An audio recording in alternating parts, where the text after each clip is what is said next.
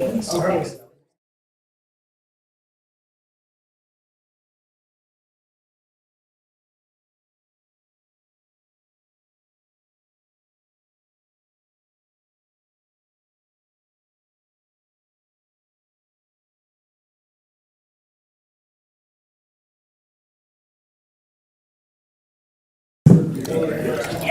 Since it's part of negotiations.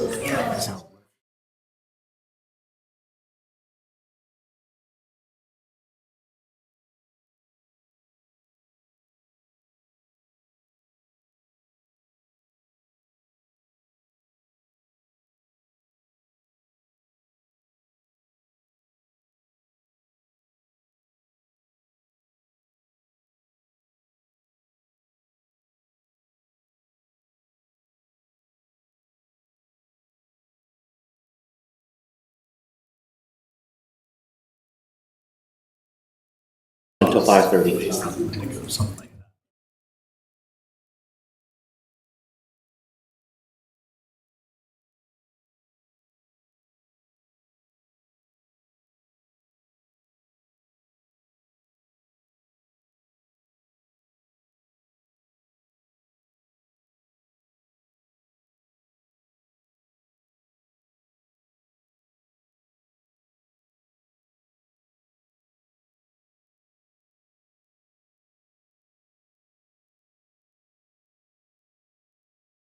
This evening's workshop. I call the workshop for August 26th, 2025 to order.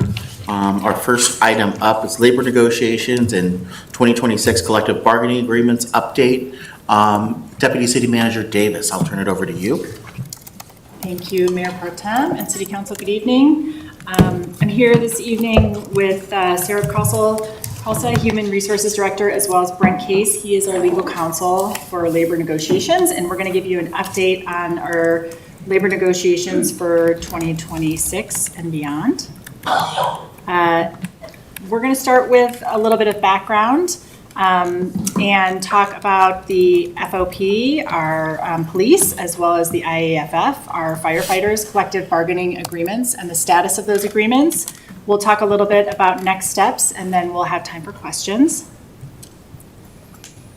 Just to start off, as you're aware, we have collective bargaining with our Lafayette firefighters who are represented by the IAFF, the Association of Firefighters, Local 4620.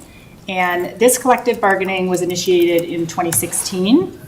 In 2025, collective bargaining was initiated by the police officers, and they're represented by the FOP, or the Fraternal Order of Police, and that's Lodge 3. We have 3-year agreements with both of these parties, and we aligned them intentionally to have their contracts negotiated at the same time. So 2025 is a contract negotiation year for both parties. 2026 would be the initial contract year, start year for both parties. So we're getting those in place to start next year. In terms of the status of the bargaining agreements, I'm going to start with police. So 2025 negotiations was the first year for police. The ordinance passed to allow collective bargaining in March of 2025. They then had to elect their bargaining agents, so their representative, and that happened in March, and they elected the Fraternal Order of Police to be their bargaining agent. That got us a little bit behind in initiating our negotiations, but we started our negotiations in May, and we kicked it off with a review of kind of our current budget conditions here in 2025, so they could sort of see what the budget status looked like, what our financials looked like, and what our 2026 projections were looking like. And then we had ongoing negotiations for about 3 months, May through August. We are in the process of final ratification with the FOP Lodge, and that's currently underway. So we're still meeting with them. We have some really kind of finer points we're working through with them, but we, by and large, are in agreement. We have a tentative agreement on almost everything, and we expect in the next week or two to have the final ratification. And then that'll be signed by FOP, and it'll be signed by the city manager at Olling. So a couple highlights around this. So this was a new agreement framework. So we really spent the bulk of our time just kind of getting that new framework in place and working to align the framework with Section 87 of the City Code. So as you might recall, we structured what's in our city code to reflect largely what's in the kind of bargaining framework for what we have for fire as well. And so we focused on what our city HR policies reflect and compensation philosophies that we've adopted for the city through our classic compensation study. We do, of course, recognize the unique aspects of public safety and policing, and so we capture that in the CBA framework. And really focus on the benefits, including health, dental, parental leave, military leave, disability benefits, and most other leave benefits. And these really remain the same and are commonly applied for all employees. So we were able to really effectively work with police to to have in the CBA, most of these benefits remain largely the same. So we had a lot of good conversations about that, and they're really satisfied with the way that our benefits are and how they're applied across the whole organization, including to the police officers. So some of the areas that we did negotiate with them and kind of discuss were, of course, around wages. And so 2026 wages that we talked about, we are going to increase the wages that are subject to bargaining 4% over 2025 wages in the agreement.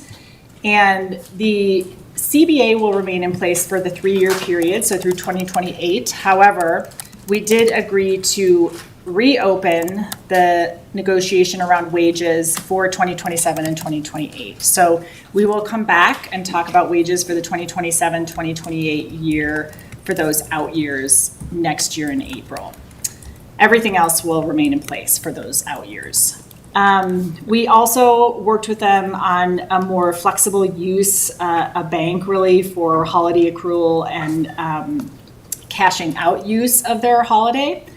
So we're looking at it kind of a different way of them using their holiday because of the nature of their 24-hour operations and the nature of kind of how they schedule around holidays and how they use holidays and their kind of desire and need to use those holiday hours at different times versus kind of how our typical city employees are. And then we also talked about specialty pay for some of the different officers and officer roles that they have. Field training officers, including those who are actively training, doing field training, and then those who are supervisors of field training officers. And then detective pay and bilingual pay. We also have something new that is kind of a trend in public safety, and that's retiree health, kind of recognizing the unique way that in public safety, retirement typically happens a little bit on the earlier side. And so for those officers who serve in public safety for years, this is a new retiree health insurance program that we'll be putting in place for those who are working for the city of Lafayette. So those are kind of some of the main highlights of the police, and we'll be happy to answer questions at the end. In fire, for 2025 negotiations, we began negotiations a little bit earlier. We were able to start earlier since we already had a CBA in place, and we were kind of working from the existing framework and just looking to make changes from what we had in place. The 2026 through 2028 contract that we were working to get in place represents the 4th CBA agreement with IAFF, and the parties met 10 times over 4 months. I will say that we had a lot of areas of agreement that we, could agree to come to terms and come to agreement. We had tentative agreements in a lot of areas, but really what it came down to is that we couldn't come to an agreement on a total package. And we have reached impasse. And the primary area where we have been unable to come to agreement is around wages, around salary. And so we really have a sizable gap in the wages where the firefighters are and where the city is. And so we now are going to be moving along the process that we have in our code at the point of impasse, and we'll talk about kind of the next steps here in a minute.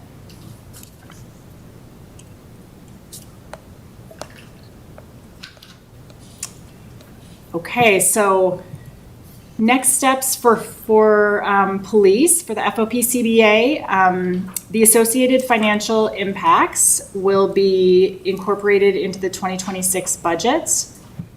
And for IAFF, we will be going to mediation with them. We have that scheduled.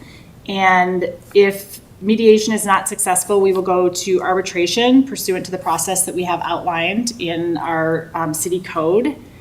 And we have a placeholder included in our budget at this time that we will keep in place until a settlement is reached. So that's where we are with the two contracts. And again, we have Brent here if you have any questions about the process, or if you have any questions for Sarah Bari, we're happy to answer those for you. Great, thank you. Do any members of council have questions of anybody on this panel? Okay, thank you very much. Appreciate your time. Moving on to the next item, the 2026 budget introduction. City Manager Doling. Few moments to get all set up, that would be much appreciated. We'll do that, so you can stay where you are. I'll give you those for these.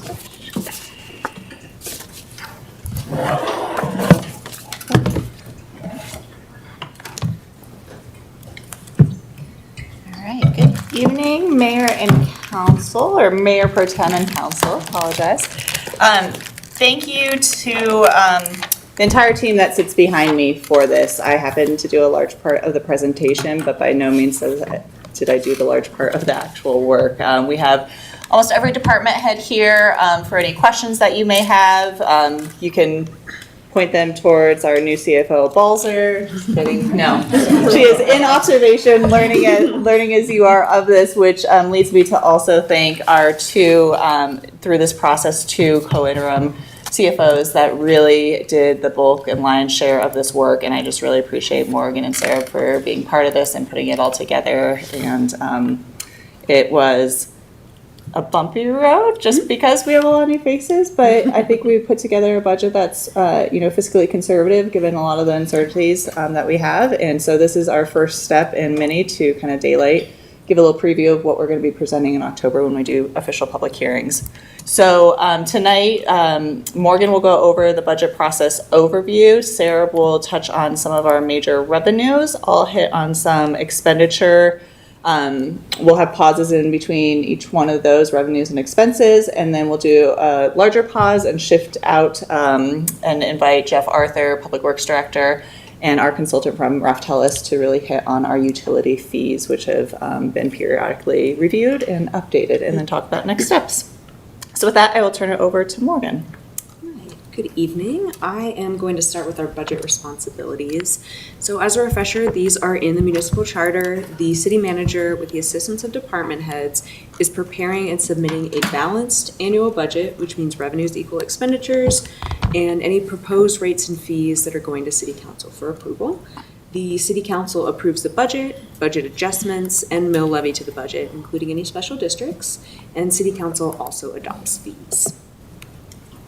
Looking at our budget philosophy, we have that a municipal budget reflects council strategic outcomes, community values, as well as prioritizing services that benefit residents. Also with this, it's ensuring legal compliance. So again, as we mentioned, balanced budget, meaning revenues equal expenditures. We're maintaining adequate reserves, and we're very cautious and judicious with the use of reserves for any one-time expenditures. Also important to have a flexible and forward-thinking budget. We're talking about the recommended 2026 budget tonight. We are in August of 2025 starting this discussion, knowing that things will likely change between 2026 and tonight, so just making sure that we have some flexibility built in where we can. Going over the budget and calendar process, finance is starting projections in May, and management is setting themes for the next year. In June, department heads are reviewing their expenditures and also looking to develop new requests. Departments are then presenting those requests to the budget team in July, and the budget team then vets and finalizes requests during that period. Tonight, here in August, we are at the introduction of the budget to council. In September, we'll be publishing a budget book no later than the 20th to you all. And then in October, we'll have public hearings on the budget and council adopting a budget no later than the last Thursday in October. All right, that's on you. So I'll be doing a kind of a revenue overview. So we did this kind of in detail in June. We did an in-depth look at kind of the economic outlook, and we talked about kind of our major revenue sources, focusing on what we had finalized for 2024. So tonight I'll kind of do a brief update of the economic overview and then focus on our major revenue sources with more focus on what we're projecting for 2025 and forecasting for 2026. So quick update, we did this in depth in June and not much has actually changed, right? We kind of had a pretty similar message we're going to have tonight, and we're just doing a quick overview. On the national level, there's still a lot of concerns. There's a lot of concerns that the economy is going to go toward an economic downturn. And yet, it still hasn't come to the same level of we're not in a recession, right? There's still some positive outcomes. So it's still kind of this wait and see and point of uncertainty that we were in June. We're still here now, right? Some of the major concerns are inflation. So inflation had gotten to pretty reasonable levels. Overall, it's actually still at a reasonable level. The July to July numbers for CPI was 2.7%. So 2% is ideal. Just a little bit above 2% is still seems reasonable, okay. But it's creeping up. So the month to month went up by 0.2. And so a lot of economists are a little bit worried about the rise in inflation and specifically what are the impacts of tariffs? And is that going to cause more inflation? And real concerns are stagflation or mild recession. There's still a lot of concerns about federal policy. Ultimately, the president and the Fed are still having some disagreements about what interest rates should be. There's a lot of uncertainty around tariffs. So this is another thing that are giving economists a lot of pause of what's going to happen in the future. But just to be clear, while these things are big concerns, another one that's not listed is a softening labor market.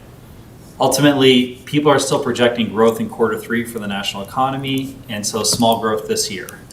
If we kind of drill down to Colorado, the message we had in June was, Colorado went through a really time of great growth, where a lot of revenues were increased pretty sizable across the region, a lot of building, a lot of new people moving in, and that Colorado might be in a time of change where this kind of growth is stabilizing, and that's kind of what we're seeing. So some economic indicators are doing better than the federal level, like jobs. We're doing better than they are at the federal. There's still strong business filings, but revenue is softening, right? And you're seeing that impact the state budget, right, where there is some real concerns about budget shortfalls. You might have also seen news about the city and county of Denver and their layoffs, or the city of Boulder and their hiring freezes. So you're seeing the impact in certain communities. But overall, if you kind of isolate those individual organizations, like most local governments are seen to be like us, which we'll go through, which is seeing growth, just nowhere near the levels we were seeing before, where it's been the last few years, I think the analyzed growth was 5%. So kind of in summary, we're still in this wait and see. There's a lot of uncertainty.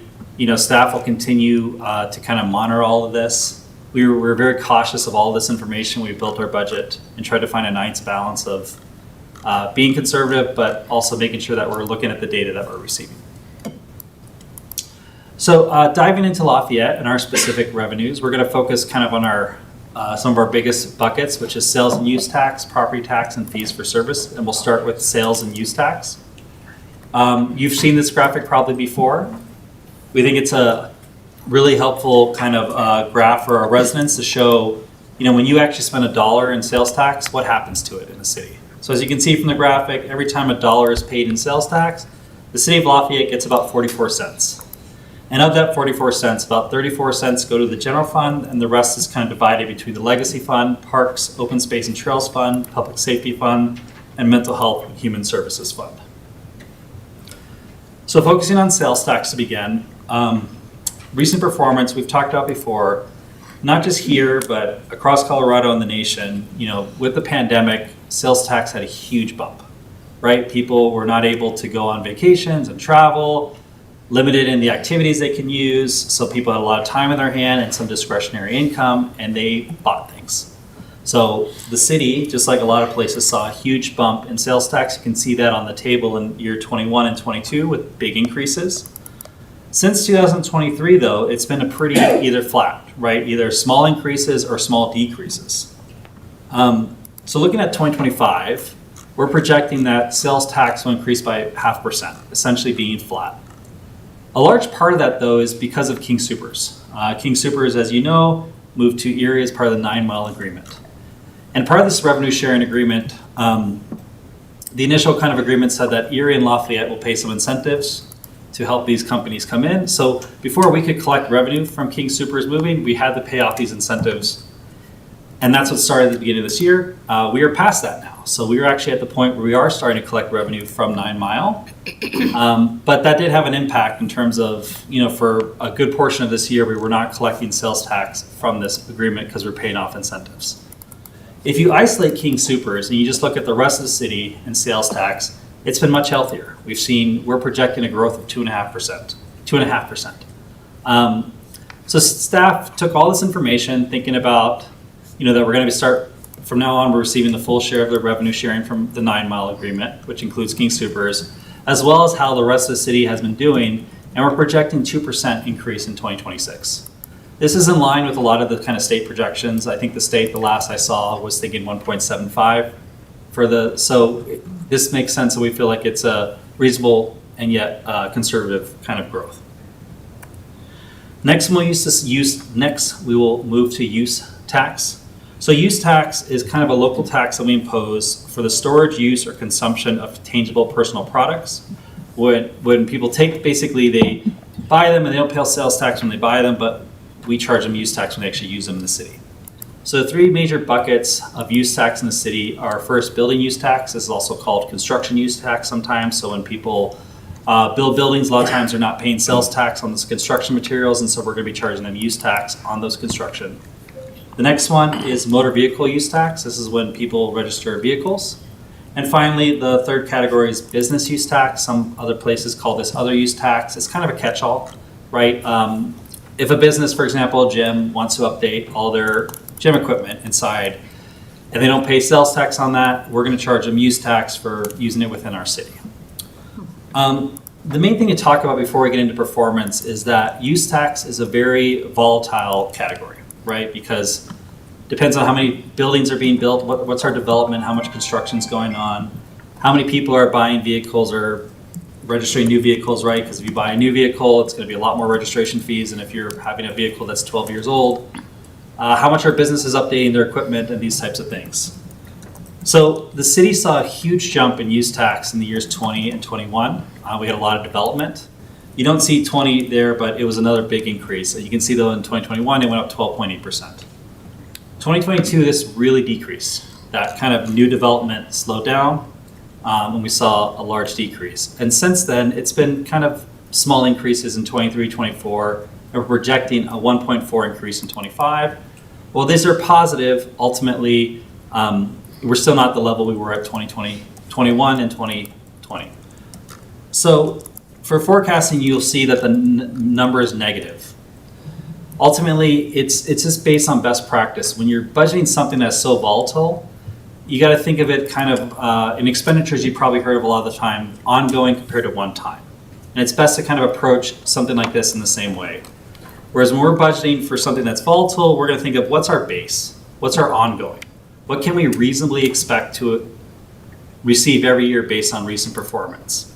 And anything above that can kind of be seen as more as one time and should be more used for one-time expenditures. So even though the city is saying that we're budgeting, our forecast is a negative, it's not necessarily that we're thinking that we're going to receive less use tax than we did in 2025. It's just this is good budgeting practice of saying, hey, based on recent trends, this is a number we're fairly certain of that we're going to receive kind of as ongoing revenue that we're going to use for ongoing expenditures. And the hope is we get more than that we can use for one time, if that makes sense. So moving on to property tax. For every dollar that's paid in property tax, the city of Lafayette gets about 18 cents. Roughly 11 cents of that goes to our general operating, with 2 cents going to debt service, and about 5 cents to help pay for our ambulance and fire. As we discussed in the June workshop, the city has been very fortunate to have really good revenue growth in property tax. So basically, our property tax is determined by the Boulder County, who every 2 years reassesses the value of properties in the city. And based on this assessment, that's how much property taxes is collected. So for assessment years, which are done every other year, the last 5 assessments, we've actually averaged over 16% increase. The non-assessed years aren't going to be that big, so we've averaged about 1%. 2024 was a very big year. There was a lot of legislation going around. Gallagher had actually been not there, and so the city got a huge bump, right? Our assessed values in 2024 went up over 27%. 2025, this is not a non-assessed year, so there's minimal growth. It went up basically 1%. So we've already have received our preliminary assessed values from the county, and essentially it's 4%. And while that's positive, it's a positive, some people are actually seeing flat or 1%. This is well below the 16% that we've been averaging over the last 5 years, right? So this is when we kind of talked about that softening of revenues. It's good that it's growing, but it's not the level that we've experienced the last 10 years. So next we'll move on to fee for services. So City Code says that the city establishes certain charges and fees for municipal programs, goods and services to defray the cost of providing such services. Well, the city provides a lot of fees and charges for services. We're going to kind of be focusing on the 2 major buckets. So the first one is recreation fees. These are fees that are collected by our community services department. So it includes swim lessons, rec passes, golf course fees. So this saw a really large decline during the pandemic, which made sense. A lot of programs were closed, a lot of people were isolating, so we saw a big decrease. Since that time, we've had 4 consecutive years of growth. And 2025 we're projecting to be our 5th consecutive year. As you can see, we're actually projecting that revenues collected by the Community Services Department to increase by 11%. We believe this is for multiple reasons. One, yes, usage is up, but we believe usage is up because our Community Services Department has done a great job of really tailoring programs to the needs of our residents.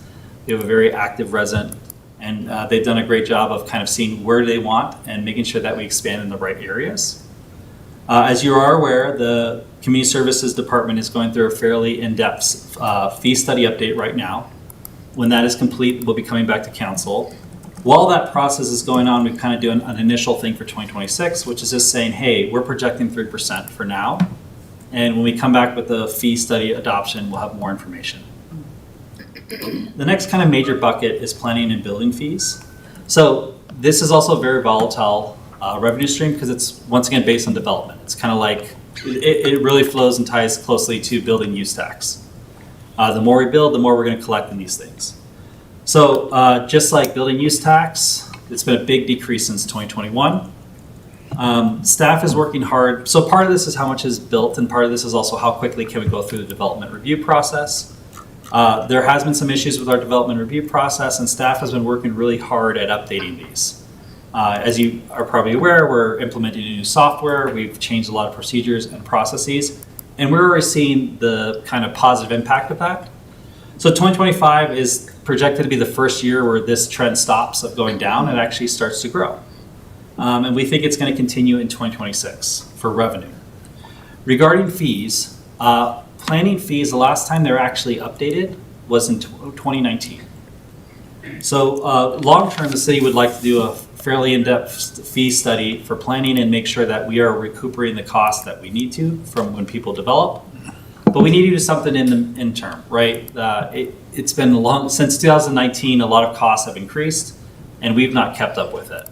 So staff will be proposing a 9% increase in 2026, and then we'll do the comprehensive review of our fees in the future, kind of a stopgap.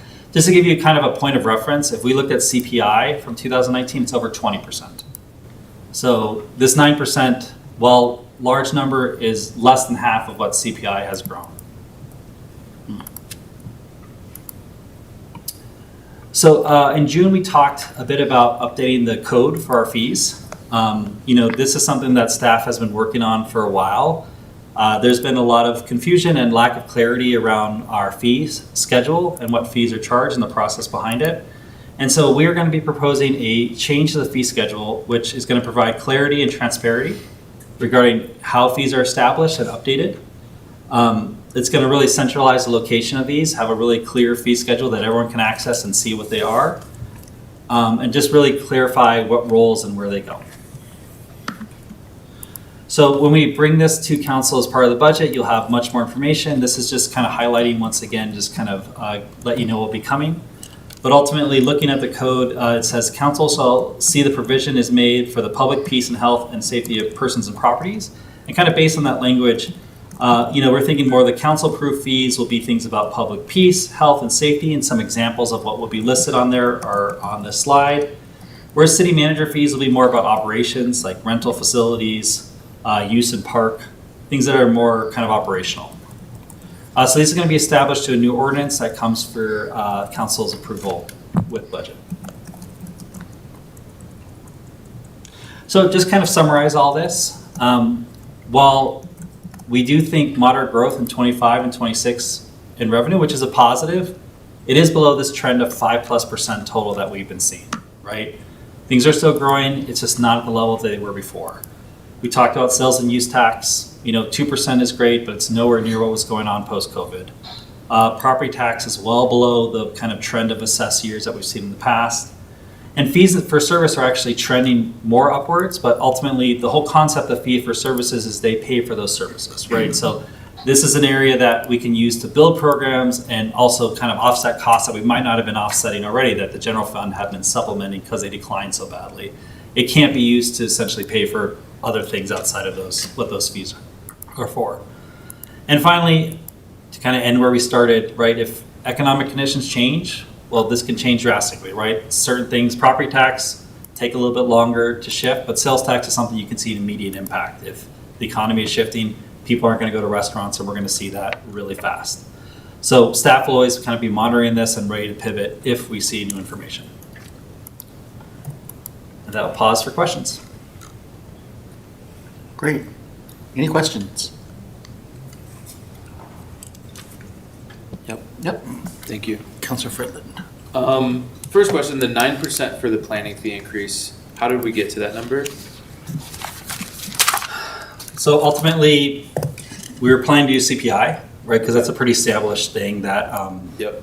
we could use that. And we just felt like with all the changes that are going through development review, that proposing a 20+% increase at this moment was not the right time. Yeah. That we'd rather finish this in depth and really kind of true it up at that point. Yeah.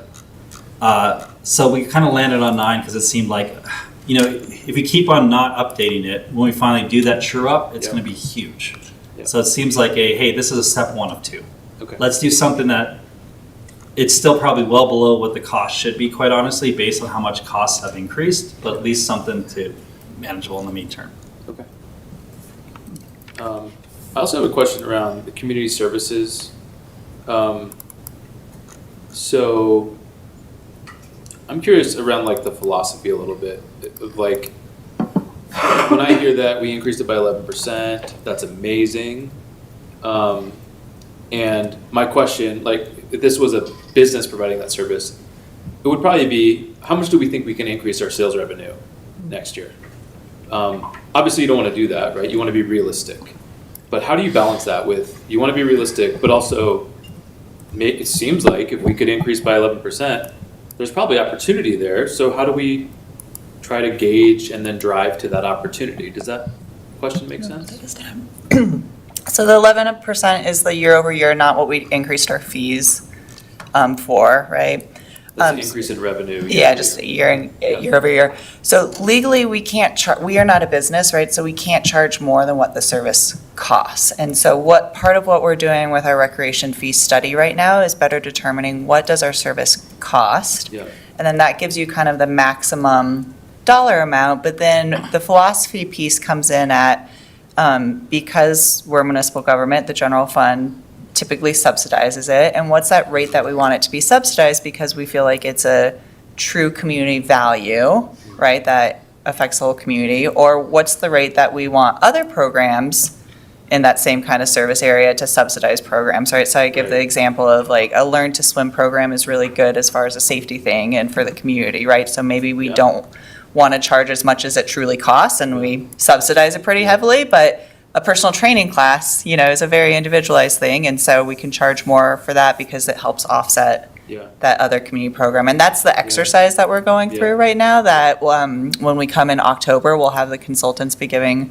kind of their findings, right? We're doing a survey Yeah. and all that piece. Does Yeah. that all It make does sense? help. I think I'm still maybe the place where yeah, I mean, it definitely makes sense. And I should save this question for when we get that back. So Yeah, that we no, can it's talk more okay. about it. Yeah. But like, I guess I would think too that you could say, okay, we are going to charge a little more for this one that we feel like the market will allow it, right? And then use that excess for continuing to develop those programs, even if we don't fully know what that development looks like yet. So it's not that you're making money to go back into the general fund. I recognize Right, you can't right. do that. But you could make money, maybe, I'm asking a question. Could you make money to allow for increased flexibility in the future to do a future program that is it does need to be subsidized. We just don't know what that program is yet. Typically, It's a I would say little- probably Yeah. not, like from just a legal standpoint, Yeah. right? I think you can defend behind your philosophy that the excess charge is going to an adopted philosophy of a current Yeah. program, but Yeah. I mean, we certainly can, once we get to that point, have that kind of philosophical Yeah. question, but That sounds good. Yeah. Thank you very much. I Yeah. appreciate it. Others, any other questions? No? All right, all right, great. let's keep moving along. Yeah, so we'll shift over to the expenditure overview. And so, as Morgan pointed out in kind of the early budget process, we as a department team kind of think about what some of our priorities are going into the next year's budget. And so they're listed here. I think the big piece that I wanted to hit on for tonight is the last several years that we've provided a budget to council, we've really kind of squeezed the lemon on the revenue side, right? So we've done cost allocation plan that allows the enterprise funds to pay for general fund services that they would have otherwise paid if they were a business on their own. We've implemented a sales and use tax program, including that economic nexus that we imposed for online purchases. We've done credit card cost recovery. Last year, you guys approved, and we just recently were awarded that Medicaid EMS supplemental program. So we've really identified a lot of opportunities in the revenue area, which is kind of that new revenue streams. This year, we felt like besides kind of looking at the fees for service and developing, a program for that we really needed to start to focus on the expenditure side. And so because we were in a lot of flux, like without going to like a very zero-based budgeting program, which we might want to kind of evaluate for next year, we started with the help of our senior budget analyst looking at kind of those big obvious areas where people, by no fault of their own, their budget just hadn't been spent, right? It's kind of best practice. I always encourage people, you have a budget to spend it.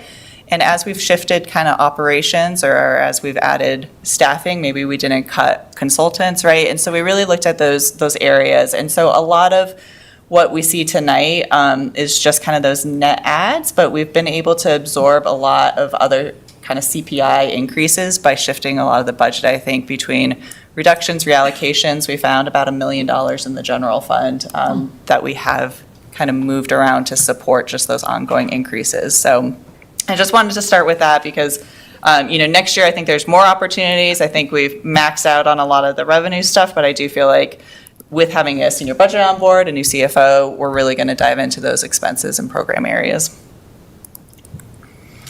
So we touched a little bit on some of the salaries and benefits in the last presentation, but we were, as you know, adopted last year our first citywide compensation philosophy. And so in line with that, we've been working with other agencies that are our peer agencies to kind of determine what they're looking at. And as you've heard, a lot are kind of fiscally constrained as well. So we will continue our merit-based program for our city employees where the projected average is 3%. Against that average, we typically go somewhere between a, 1 to 4.5%, and then you average out based upon your merit.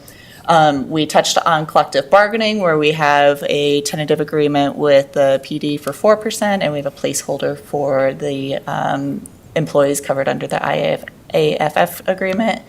Benefits for the second year in a row, we had been fairly lucky, I would say. A couple of years ago, seeing very limited, but nationwide, we see pretty substantial increases in healthcare benefits.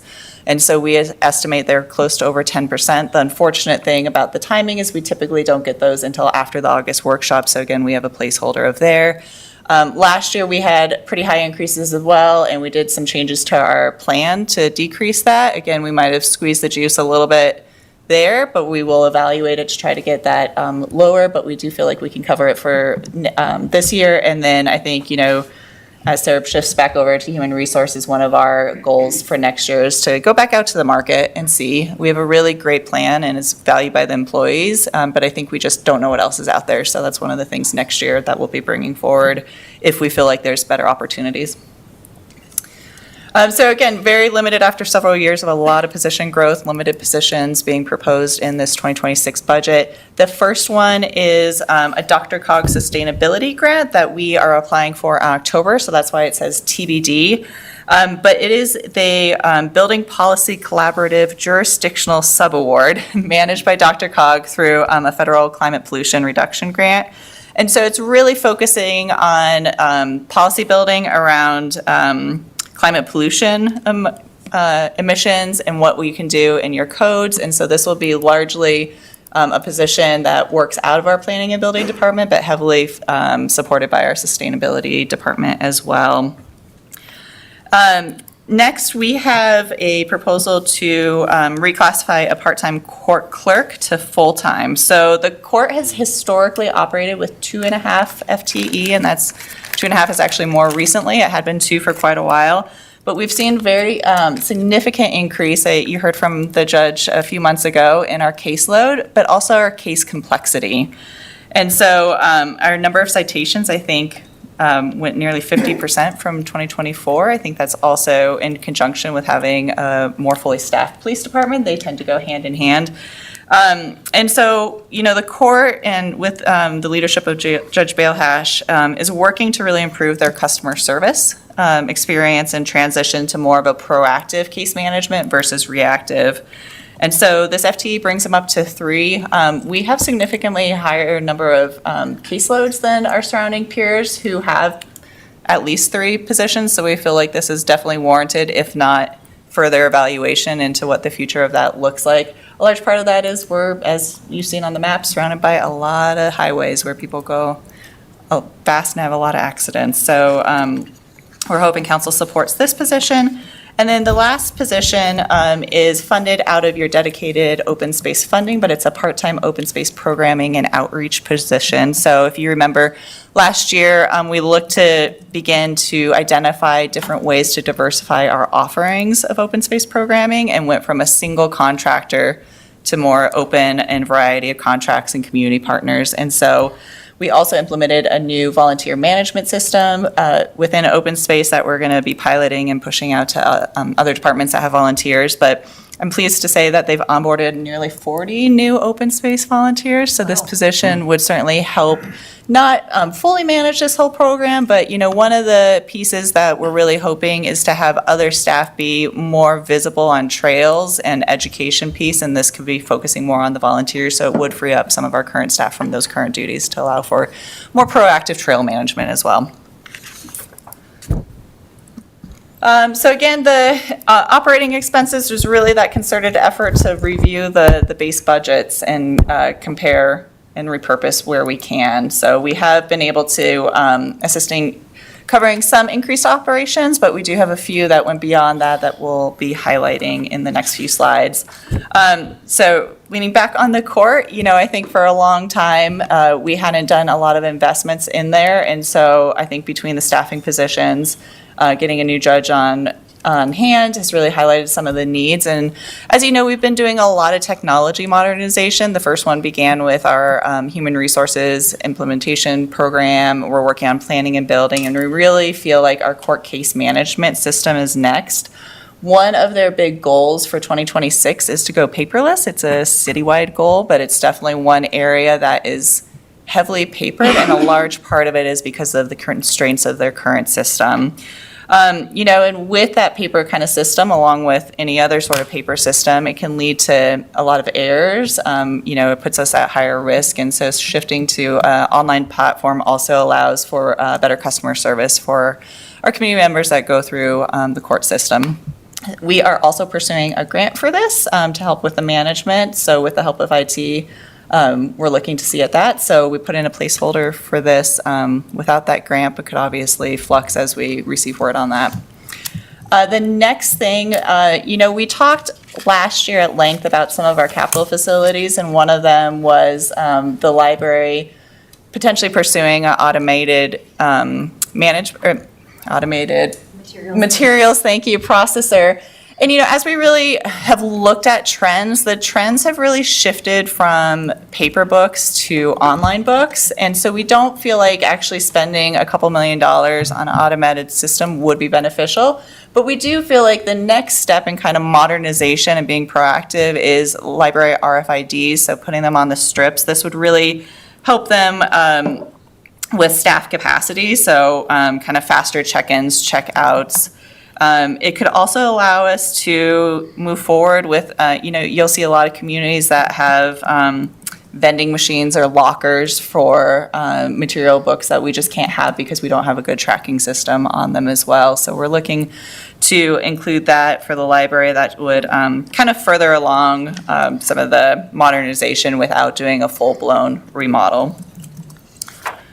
We also kind of our typical annual network and computer replacement process. I will note here, one of the things that we had talked about this year that we just didn't feel like we were quite ready to do is look towards a computer replacement fund, an internal fund similar to what we did for our fleet. That would kind of make this more of an annualized contribution versus, ebbs and flows and what the replacement program looks like. So for this year, we put in money to kind of do that again for one more year, but this time next year, I anticipate that we'll be coming forward with a proposal to increase or include an internal service fund for computer and system replacements. And then we had a few contracts that we just couldn't, fit into the existing budget reallocations. A large part of it is our EMS, or medical consumables. As we have seen calls increase, those costs have just increased as well. We also have, for those that don't know, a contract medical director that helps support the fire department. And so they're just naturally increasing their cost, as well as dispatch that's provided by Boulder County, and then some kind of minor increases in our security and court appointed counsels, and then just general inflationary pressures that we didn't absorb through the base budgets. Moving to dedicated funds, yes, this is a real picture of a real potato at our Thomas Farm, but largely for the dedicated funds, it comes back down to a lot of what we were seeing in just our general fund as well, is just sort of the inflationary costs. So within the parks and open space trails, we have just vehicle parts, we have water, we have fuel. In Legacy, as we've discussed before, as we increased rates to our community as well as ourselves, that water subsidy for Thomas Farm has increased. So we'll be talking more about kind of the future of what that looks like, and if we roll that into rent or not. We did extend that lease one more year so that we could have more of a robust conversation. And then the Conservation Trust, typically you will see this used as largely a capital fund, but as we've seen water increase for parks and not having enough to kind of absorb those offsets, the Conservation Trust actually allows us to also pay for water and some operations stuff. So we felt like we would put that in there for this year as we tried to kind of better sort out what our ongoing costs in our post and our legacy fund is. One thing I'll note for this, and it's not necessarily 2026, but 2025. So if you recall, we shifted all of our open space operations costs into the legacy fund in 2025. In prior years, we had been doing a transfer, which one, just got confusing, and two, wasn't super transparent about what the true cost was. And once we moved it over to that, we had realized that the parks and open space reserves had been subsidizing pretty heavily and was not sustainable. In fact, we would have had to make some substantial cuts if we didn't true up some of those transfers. So at your next meeting, we're going to be asking for consideration of a budget supplemental for a mid-year one, but part of it will be the legacy fund transferring a portion, not the full thing, but just to get the post fund on a more sustainable path. And to recognize that it had been absorbing a lot of the open space operational costs. So we'll explain that in more detail, but I just wanted to give a heads up since we had an opportunity tonight to talk about that.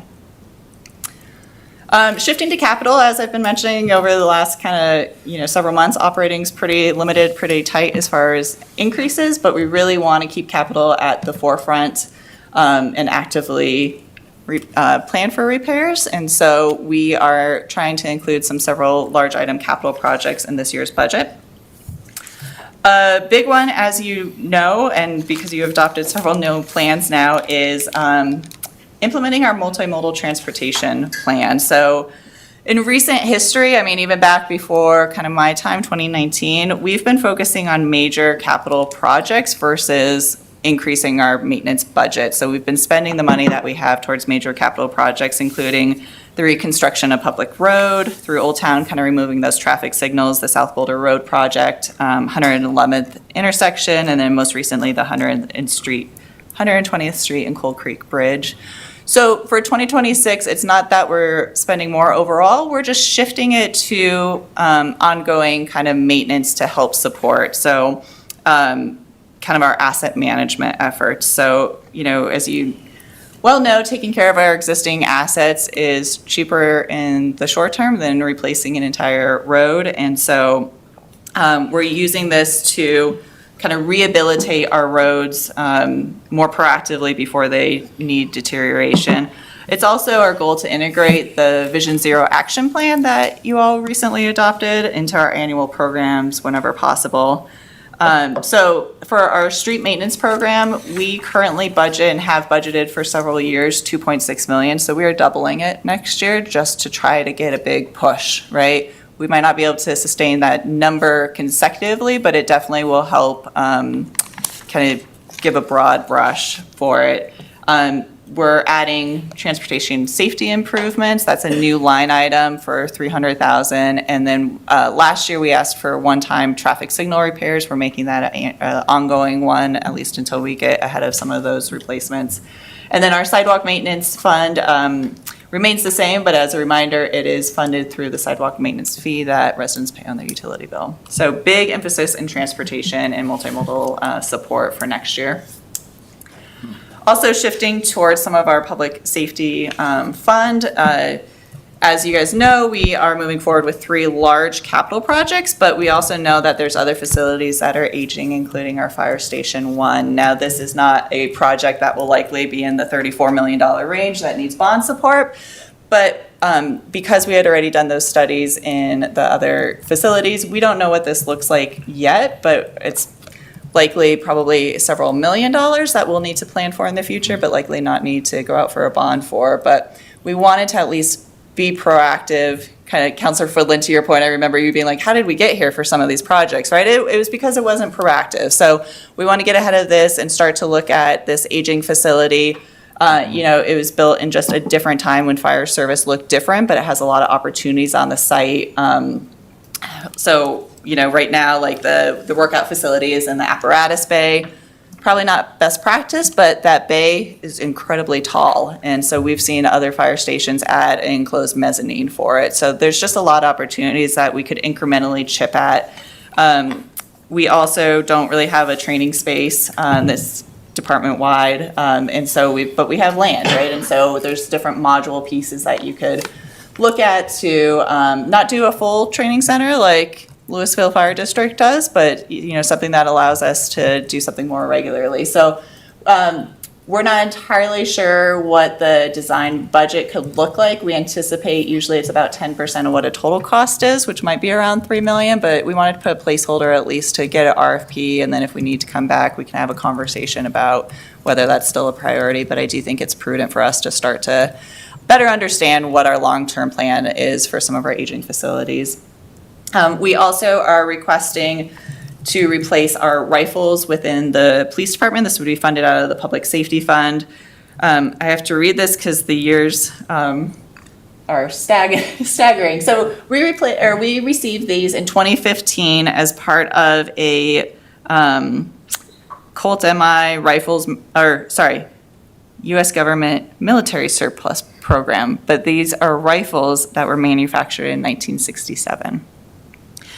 And we're not the only ones, but, as this was a big push by the federal government where we provided them, but as they've aged, even 10 years since we bought them, we're finding that they just are a lot heavier than the current ones, not as flexible.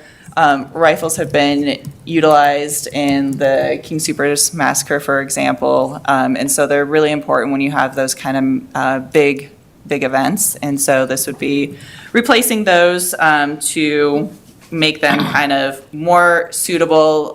They can be flexible based upon size, so it's not a one-size-fits-all. You actually can fit it to your liking.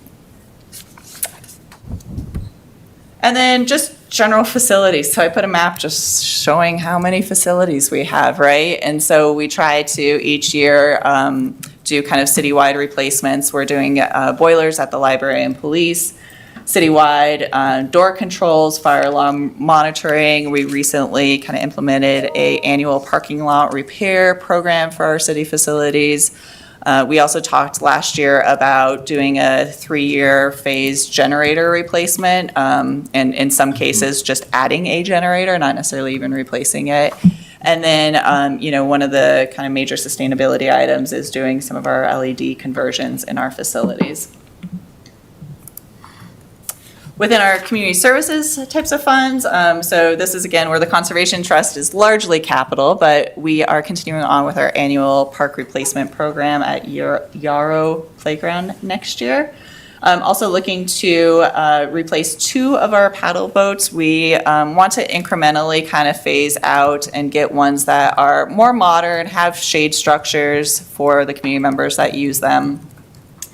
And then replace the Festival Plaza shade sails. They are original to that area and have seen significant fading, so just replace those. And then several pretty significant water park projects. So as you know, when we did the 2016 bond, it did not touch the lap pool, and so we have a lot of areas there that are close to, if not beyond, life cycle process. So working on that, including also adding an additional shade structure. If you go there during the summer, there is very limited shade, and it can get very hot on all that concrete.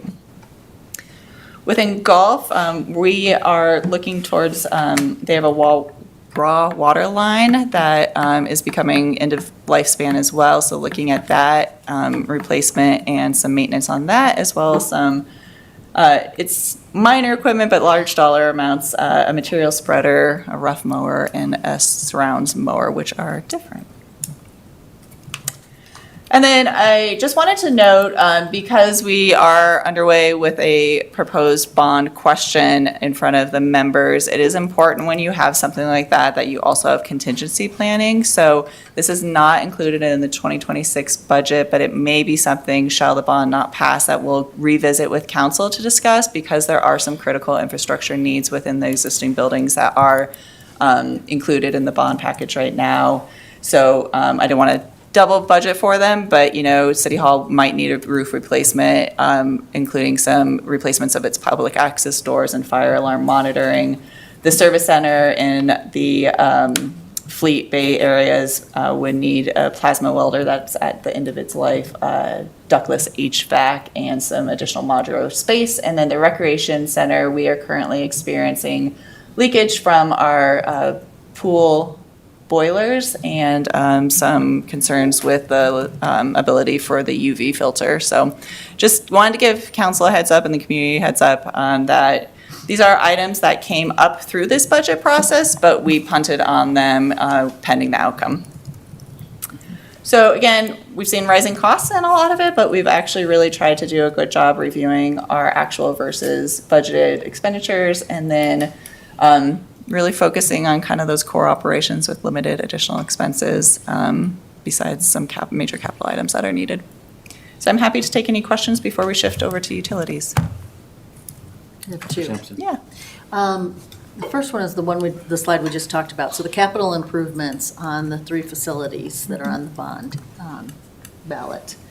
Are you saying those are things that you are holding on, and if it passes, then we won't be doing those? That's correct. So I did not include them in the 2026 budget, but we have capacity to add them during a supplemental next year. Okay. If we need, because the roof is, we probably have leaking right now from the recent rainstorm, so they are pretty critical stuff, but we didn't want to do them now if we were going to be doing something in a Sure. year or so. Okay. The second question I had is, I'm not sure if I heard you correctly, but there was one position, and I'm not sure if it's being funded by the Climate Pollution Reduction Grant, or it's being hired to work on the climate. Thank you. Yes, so it is a $600,000 grant over, I believe, 5 years, and we anticipate getting a couple $100,000 next year, and that would fund the position to achieve the aim of the grant, which is to do policy work around pollution reduction. So it would not come out of general fund. If we do not receive the grant, we would not move forward with it. Okay, so now what's happening is you get the grant and then they pull it from you. So do we have a plan if that happens? Is that something we address next year, should we get the grant? Yeah, I think then it comes back to council to say, is this a general fund priority or not? Okay, Yeah. thank you. And when we hire these positions, we make it very clear it's grant funded and subject to funding allocation so that we don't set ourselves up for having a person on board that thought they were here in perpetuity as well. Yes, and I only ask that because in the next few months, every Yep. grant is going to have a termination clause in it. Good question. Especially grants connected to the IRA and talking about climate, maybe. Actually, it's for all. So it's the Yeah. Office of Management and Budget Yeah. is going to say termination for if it doesn't Yeah. meet the agency's priorities anymore. So, yes, it's a different way to think and adapt. Yep. Okay, my question, so you mentioned capital repair, great, talked a lot about that, that's awesome. And also capital replacement. What's our philosophy around capital replacement? Are we able to fit it in budgets? How do we think about that? And maybe help me understand what that means as well first. Make sure I'm on the same page. Yeah, so capital replacement is largely around lifespan, right? So you talk about the 2 mowers that we had for a golf course, right? That there's a typical lifespan or typical mileage on those. And so we try to identify it's going to hit in 2026, so therefore we try to build up funds to do that piece of it, Yep. right? Great. So that's a replacement. What we have done and what you see and the reason kind of for the conversations around the capital bond is that we don't have the major facilities. So I think we Yeah. have a fairly good equipment replacement Yeah. program, shall I say. We don't have major facility replacements. And so a lot of that is what we're doing is more of the repair. The HVAC breaks in, the senior center. We're going to go to repair that because it's maybe cheaper at this point than a full replacement. Yep. If that helps. Understood. So it's an art, not a science of whether you Yeah. do repair or replacement, and Yeah. it's kind of the cost benefit and where we're at in funding. I mean, the budget impacts would be vast, but do we think about, we need a fire station in 10 years? We should start saving now for that fire station. Do we do things like that for like those larger facility or those larger assets replacement? We do that as well, to an extent. To an extent, and to the extent I will say that it is likely as a community, now the growth bills may affect this dramatically, Yeah. is that I think we did that work and we realized we're probably an agency that, or, municipal government that will only ever need one library. Yeah. We'll only ever really need one rec center. I think we've done a work that says we're probably good at 2 stations for fire stations. Okay, So good. I don't know that we have in our future major net new, Yeah. but it could be to the point of the fire station 1. It needs some serious Yeah. help to make it more modern. So it might not be a scrape, but yeah, it could be some, multi-million dollars, probably not in the tens of $1 million types of projects Yeah. that we're now starting to try to plan for so that we don't get ourselves in a Good. multi-million-dollar situation. Yeah, I'm glad we're planning for that. Because, I mean, there's lots of infrastructure that we need to think about in that way, right? Obviously, I'm talking to the team that thinks about all this. And so I'm glad we're thinking about that. Like, is there a certain rule of thumb that we apply to those really high dollar things? Like, you know, it lives for 25 years, so I need to put away whatever that percentage should be each year. Does that question make sense? Yeah, that makes sense. I don't know that, at least for general fund assets, that we have gotten that robust, I'll say, and we're going to Yeah. be talking about it in a minute. We've been much Yeah. better at utility funds, but Yeah. even then, with the way cost escalations have been, right? When hard we to thought know. of a building being, 15 million Yeah. 5 years ago, it's Yeah. 100 million. And so that's also the challenge sometimes, that you run into the gaps. Your best plans can sometimes still not achieve it, but I do think it's one of the areas, the general fund facilities, right? Here, fire stations, senior center, library, rec center, we Yeah. are trying to do a better job. We just Yeah. got too far behind that we couldn't do it in one kind of fail swoop Yeah. without some assistance. But we do it to a different level in the utilities. Okay, great. Thank you. Anybody else? Questions? No? Great. We are going to do a quick staffing transition so we don't get too crowded up here.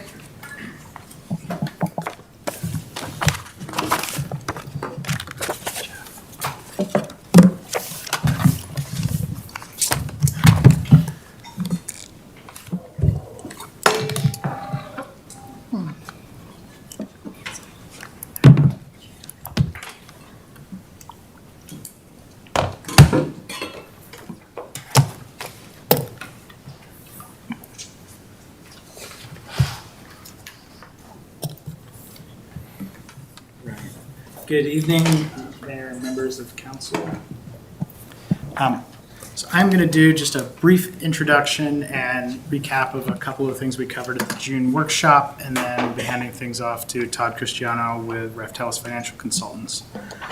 So just briefly, at the June workshop, we gave you kind of some preliminary info about projected revenues and projected expenditures in the three utility enterprises. Generally, the revenue side, things are looking kind of as we had predicted. It's still very much dependent on the weather, and we continue to see that. But even with the changes we've made in rates, we're not seeing dramatic changes in behavior. We've added some uncertainty, I think, around how growth projections have changed recently in terms of understanding how revenue is likely to evolve with timing of build out and our mix of residential commercial, but revenues are kind of what we expected. Projected expenditures are just continue to be incredibly volatile. We have seen just remarkable construction cost escalation. We continue to struggle with our infrastructure reaching the end of its useful life and requiring emergency repair and replacement. Federal regulations, interest rates have increased dramatically, which makes a difference as we look to take on debt. There's been a lot of legal action related to some of the regional water projects that we're involved in, which has caused both time and money implications. And again, as we try to plan for future expenditures, having some lack of clarity on how many people will need to be served and what types of uses makes it an additional challenge. So I want to just give a couple examples just to give you a reminder of the order of magnitude of some of these things we're looking at. So the water reclamation facility, back in 2019, our engineer at the time had predicted that the probable cost of that was about $15 million. By the time we got to 2021 and had a set of plans and went out to bonds, it had escalated to $46.5 million. And now we are moving into the final phases of that, and because it's been a multi-year project, some of those things we haven't been able to get pricing until more recently, and we're now seeing the impacts of both cost escalation and tariffs on that, and we're looking at probably another 10% to get that over the finish line. So those are really huge percentages on a big regulatory mandated project. Water treatment is probably even a more extreme case. Our engineer at the time in 2019 estimated that to be about $5 million. We updated that in 2022 to 25, and the work we had done last year with a new consultant put that somewhere in the $150 million range, and that's not including finding a new site because it determined that the site we had was not suitably sized, and then finding a new facility will also have some additional cost to get the water from wherever the facility goes back into the city's transmission and distribution system. So, and those are really colossal number changes.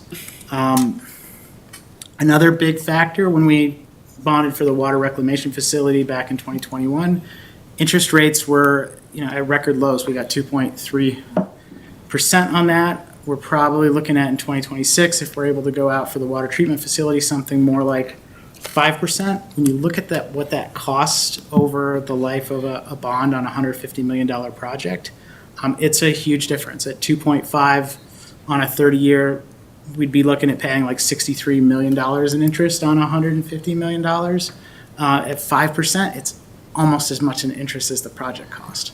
So just that shift that we really have no control of in terms of what the market's done will have a big impact on how we need to come up with funding moving forward. And then finally, as I mentioned, there have been a lot of major issues in the region with environmental lawsuits against major water projects. One recent example is the Northern Integrated Supply Project, or NISP. The decision of the project partners was to settle a lawsuit with a group over that. That settled for $100 million. Lafayette is about 4.5% of that project, so that's $4.5 million for Lafayette to resolve that issue and move forward with permitting. That project is up to over $2.1 billion overall, with us being a portion of that, and the timing and phasing of construction has gotten increasingly uncertain just with all the costs associated with that. So that's sort of setting the stage for what we brought in Raftellus to help us untangle. We were really, so Todd will have all the answers. So they have been You have a helping us magic work wand, through this. right, Todd? So as you know, Raftellus has helped us on our last two rate studies. This time around, we were really fortunate to get Todd to personally manage the project for us. He is nationally recognized as an expert in this, does this work all over the country and the region, and I'm going to hand it over to him to talk all about our rates and fees and what our plan is to try to tackle some of these challenges. Wow, he set the bar really high. Jeff, you stole my entire introduction.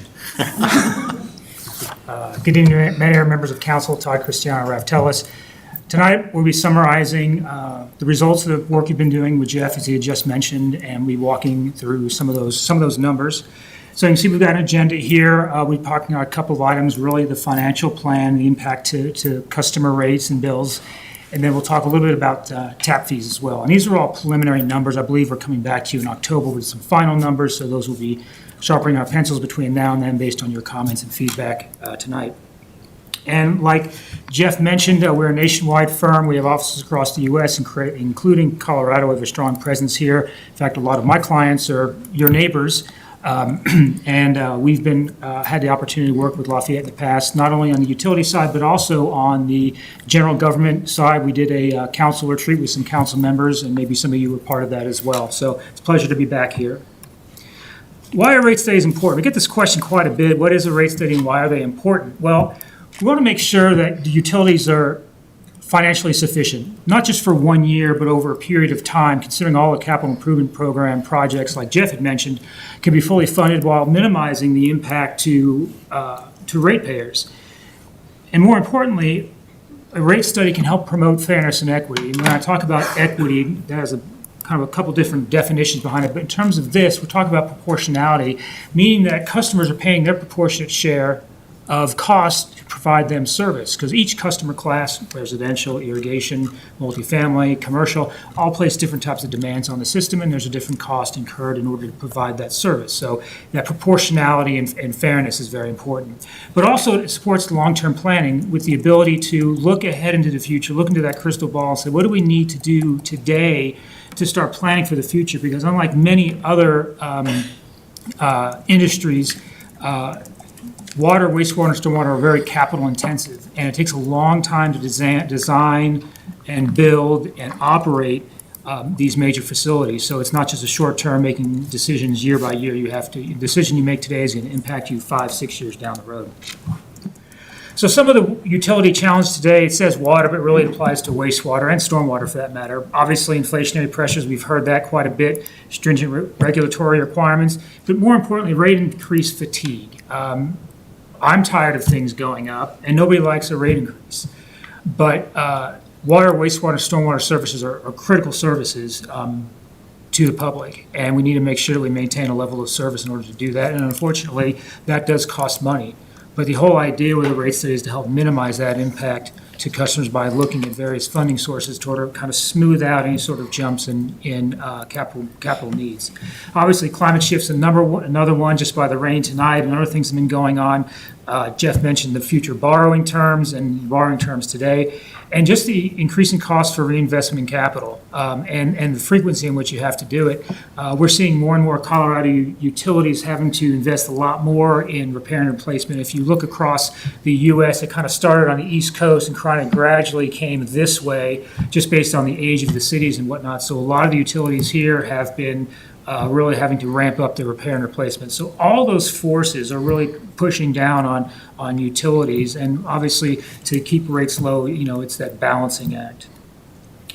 We talked a little bit about CPI and inflation tonight. This graph right here is 3 lines. The black line is the CPI, or the Consumer Price Index from the Bureau of Labor Statistics. It's a general indication of inflation over the past couple of years. As you can see, it's got a little bit of an uptick in the past few years. But within that CPI is a basket of goods that it measures, everything from diapers to raw chicken and everything else, but also water and sewer bills. And you can see the amber colored line of water and sewer bills. I pulled that out. That's been increasing at a much higher level than CPI. And a lot of that has to do with a lot of utilities were able to take advantage of free capital federal grants back in the 70s and 80s. All that has reached its useful life, and they're having to restart and rebuild those facilities. And I just wanted to contrast it against electricity. Electricity always seems to be going up quite a bit, but when you look at the curve here, it's not quite as much as water, which is a little surprising to me. But it's just across the U.S. They just seem to fluctuate more. But the water and sewer, this is across the U.S. So a lot of utilities, if not every utility, is facing this problem. And looking once again, the American Water Works Association, which is one of the foundational organizations for supporting water utilities, produces a state of the water industry every year, every 2 years, where they interview hundreds upon hundreds of utility managers saying, what are the top things that keep you up at night? And I've circled them here. It's repair and replacement. And these have been the top 5 for the past 10 years. So it's not going away. It's here to stay. And as prices increase for a variety of reasons, it's going to become more and more difficult to help justify those costs going up because they need to be replaced. Pipes are out of sight, out of mind, and nobody really cares until sewer backs up in your basement. So that makes it even more of a challenge to get funding to get those replaced. So our area of focus, Jeff mentioned, obviously a financial plan. We look at a long-term financial plan. We talked through rate design, and I'll go into a little more detail in just a moment. And then we updated your tap fees with some of the recent capital projects that are going to be happening that Jeff mentioned. So let's talk financial plan. Financial plan is simply looking at your revenues versus expenditures, making sure that your revenues are sufficient to meet your expenditures. When we talk about revenues, we mean water rate revenue or wastewater rate revenue, tap fees, loans, bonds, grants, or any sort of other miscellaneous revenues like turn-on, turn-off fees and hydrant rentals and all that sort of thing. We need to balance that against your expenditures, which is O&M expenses, ongoing repair and replacement, and debt service if you have some debt, which you do. That all works under this umbrella of meeting certain criteria, and because you have bonds, this is very important. One is reserve levels. You want to maintain a minimum amount of funds in the bank should something go wrong that is unexpected or unanticipated, plus bond covenants. When you issue bonds, usually typically have a requirement for that. The other one is debt service coverage ratios. That's just telling the bondholders that we have enough money to pay the debt service so you can get paid as well. It's the inverse of debt to income ratio when you buy a house, which is very important to the bankers. So it's important to maintain those coverage ratios, and sometimes rates need to be increased just to meet those coverage ratios, not for any sort of repair and replacement capital projects, just to meet those coverage ratios. So we go through all these machinations and optimization of the financial plan to find what's the best level of revenue adjustments, if any at all, to help fund all these costs over not just 1 year, but multiple years. And one of the things we have to consider is not only the financial risk of doing or not doing system like interest rates and that sort of things, but the operational risk. If we do 0% increases for the next 5 years, what's the operational risk and consequence of failure of something? Nobody wants to boil water order. So it's kind of balancing that, and it is a delicate balance of trying to find out, how do we maintain the system, maintain a great level of service while minimizing the impact to customers.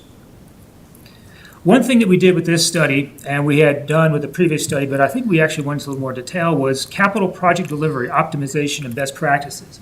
This is basically an in-depth look, kind of an outside looking in look by one of our engineers to come in and evaluate your capital program, looking at, are you doing the right amount of repair and replacement? Are you doing the right repair and replacement? And have you done all these other things ahead of that in order to do the repair and replacement?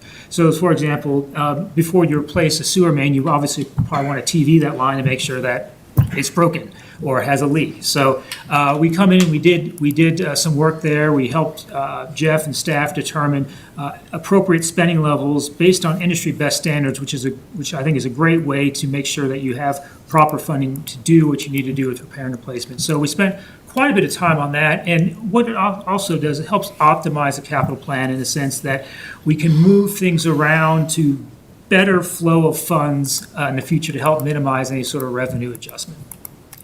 There are, I took that one slide out, so pardon me. So here's some capital plan totals for each utility. You can see that water utility is the greatest with that, the new water treatment plant, NISP, that construction cost, and just a variety of other miscellaneous things that add up to about $400 million. Some of those will be funded by tap fees. Some of that's repair and replacement funded by rates. Wastewater utility, we are just finishing up the water reclamation facility, so those costs have kind of been incurred. We do have a lot of ongoing repair and replacement costs, and I added it up about $2.3 million a year of manhole replacement, TVing the lines, and clean sewer cleaning. Those sorts of things need to be done on a regular basis. And stormwater utility has about $25 million. What's interesting about stormwater is that we don't have equal annual repair and replacement. We're actually ramping up our repair and replacement in the stormwater program from approximately $300,000 to $1.6 million over about 5 or 6 years, because apparently there's quite a bit of work to be done to get that up to a great level of service. So all those forces result in how are we going to fund all these things. So I've got 3 bar charts. They're all the same for water, wastewater, and stormwater, but I just want to give an indication of, for 2026, this is how the revenues expenditures are shaking out. So on the left here, this bar shows our expenditures that we need to fund from rates and miscellaneous revenues and that sort of thing. We have our O&M, $10 million, debt service payments, 1.4. The debt service will be dropping off in the next couple of years. And our capital repair and replacement type projects that should be funded by rates, not tap fees, about $25 million. How do we fund all of that? Well, we have our current rate revenue that we're getting at $18 million. We have a change in reserves, and that's just a fancy way of saying that instead of trying to fund all these expenditures with a larger increase, we're going to be drawing down some of the funds we have in the bank to minimize that revenue adjustment. So that's what the change in reserves is. So as a result, we're looking to get an additional $2.9 million from an annual revenue increase. And then there's some non-rate revenue to help fund that as well. So that's how we look at the 1 year. But that $2.9 million of additional rate revenue is, we don't put the blinders on and look at just 1 year. We look multiple years and say, well, how do we need to balance this to where we're not doing a spike in 3 years of X percentage? So we had to kind of smooth that out, but this is where we ended up for 2026 for water. Wastewater, very similar. I'll just show this, both bars there. Again, we're drawing down the reserves to help minimize the revenue adjustment for 2026. Now, that doesn't mean that we're going to run out of funding. Some of these reserves have been collected to help repair and replacement projects that need to continue to be done. And we're going to continue to maybe draw down reserves, but then our revenue adjustments, the cumulative impact of revenue adjustments will help maintain that reserve level. So we're not planning on dipping below our reserves. We're just going to use those wisely and balance those to where we can minimize the rate increases. And again, with stormwater here, rate revenue is the primary source of funds here. We're looking for about $200,000 in additional rate revenue. In this one, change in reserves is on the other bar, which means that the revenue adjustment here is actually going to help build some reserves because we want to try to keep those revenue adjustments equal, smooth, and steady as we can. And considering those larger stormwater projects in the future, building the reserves now helps mitigate a spike in an increase in 2 or 3 years. And again, these are preliminary. We might come back and make some adjustments to the capital plan, see a little bit of shift in some of these numbers. So here's a typical monthly residential bill. We've got 3 levels of consumption here. Water, 3,000 gallons, and wastewater, 3,000 gallons. That's kind of a winter or indoor type usage. And about, let me see here, if I can read it. I think about 45% of bills, not customers, use 3,000 gallons or less throughout the year. So you could have one customer that uses 3,000 gallons for 12 months. And each of these are going up in aggregate about 12%. So when you look at the total combination of rate increases across the 3 different utilities, it's about 12% on each of these. So from $100 to $112, about $12 increase. And it does increase as you go along. The middle one, 6,000 gallons, that's the average user, and 3,000 gallons wastewater. It stays the same at wastewater because that's basically indoor water. It's going back to the treatment plant. And then 10,000 gallons usage, that's kind of a higher or summer usage. So you might see that in June, July, or August or something, but maybe not for a period of 6 months.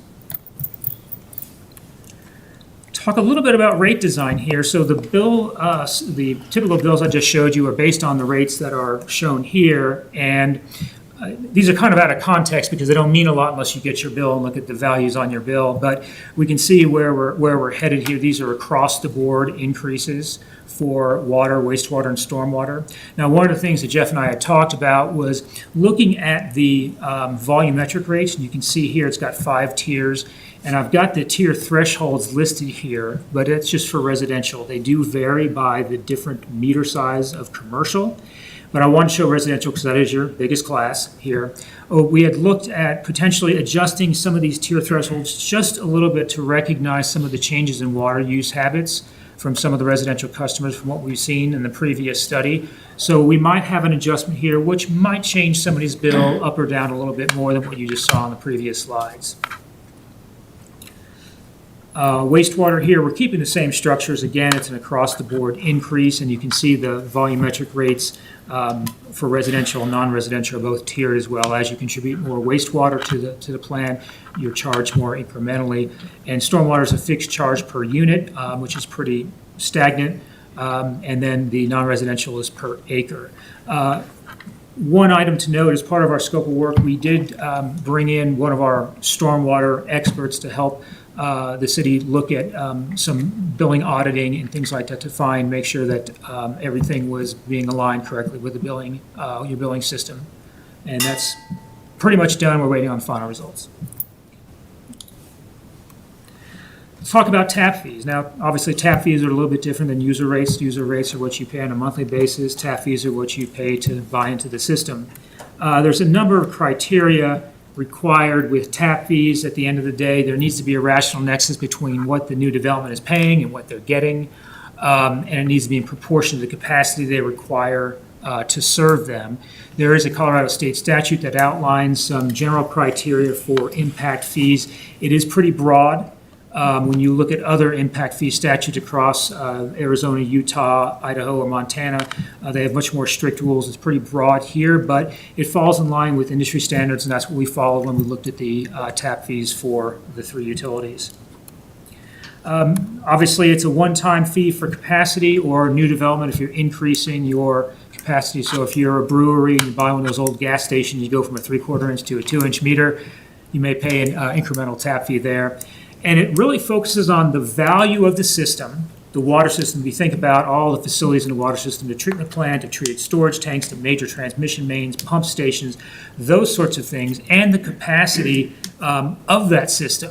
So we look at those two variables and come up with a unit cost, and then we apply that unit cost to a demand profile for a single family or a 3/4 inch equivalent meter based on what their demand requirements are, whether it's 200 gallons per day or 300 gallons per day.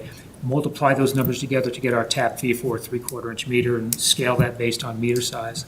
And it does represent the cost of capacity to serve a new development, and that's the whole goal, is to receive that money to be able to provide that service to that development. So some of our preliminary tap fee findings, water meter tap fee, the maximum supportable, and by maximum supportable, I mean that's the fee that the city could adopt that's supported by numbers, calculations, and industry methodologies. The city does not have to adopt that number. They can adopt up to that number, and that's usually, that does happen quite a bit from utilities that might transition it in over a couple of years. That's popular. The wastewater tap fee is going up just a little to $6,530. So not a lot of change there. Really, the drivers for the water is obviously some of the NISP construction costs, the pipeline and the new water treatment plant, and a couple other growth-related projects. Like Jeff mentioned, the increased borrowing costs that are out there for funding those larger treatment plant projects. And just we could look at this again tomorrow and probably come up with a different number just based on the way things are fluctuating so much. One thing I do want to mention is we excluded the water resources and water rights costs. That's a whole other fee, cash in lieu and all that terminology. That's separate from this. This is just infrastructure-related tap fees. So yes, definitely a jump in the tap fees. Now, one other thing to consider, depending on how you adopt these fees, many utilities will just scale those fees each year by an index, be it CPI, usually an engineering index like the Engineering News Record, which mimics more of a construction type cost indices. So you can design these fees, kind of set it and forget it, let it accumulate over the next couple of years and review it about every 5 years, which is what we recommend for utilities at the level of maturity that the city of Lafayette is in. Finally, to conclude here, we looked at the financial plan. We looked to develop a long-term financial plan with minimizing revenue adjustments, but being able to fund those capital projects that are needed to maintain a level of service. We've kept rate structure design the same so far. Might make some minor tweaks to that between now and October.